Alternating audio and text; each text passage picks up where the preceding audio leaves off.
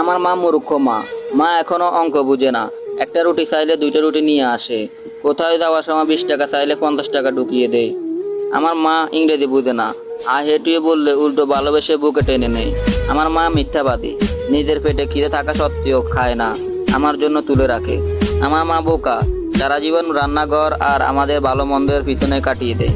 আমার মা নির্লজ্জ। কতবার মাকে বলি আমার জিনিসে হাত দিবে না, তবুও মা নিজের হাতে আমার এলোমেলো জিনিসগুলো গুছিয়ে রাখে। আমার মা বেহায়া। আমি কথা না বললেও জোর করে এসে বেহায়ার মতো গায়ে পড়ে কথা বলে। রাতে ঘুমের ঘরেও আমাকে দরজা দিয়ে উকি মেরে দেখে দেয়। আমার মায়ের কোনো কমন সেন্স নেই। প্লেটে খাবার কম দেখলে কেমন জানি করে। খোকা, খাবার এত কম কেন? এই বলে প্লেটটা ভর্তি করে দেই। এত খাবার পরেও মায়ের চোখে যেন আমি কতদিনের না খাওয়া। আমার মা কেয়ারলেস। নিজের কোমরের ব্যথা, পিঠের ব্যথায় দুঃখে দুঃখে মারা গেলেও কখনো ওষুধের কথা বলে না। অথচ আমার একটা কাশিতেই তার দিনটা যেন উলট পালট হয়ে যায়। ডাক্তার, হাকিম, কবিরাজ সব এক করে বসে।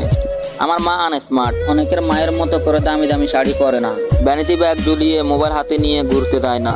সারাদিন শুধু রান্নাঘর আর আমাদের ভালো মন্দের চিন্তায় পূর্ণ হয়ে জীবনটা কাটিয়ে দেয়। আমার মা স্বার্থপর।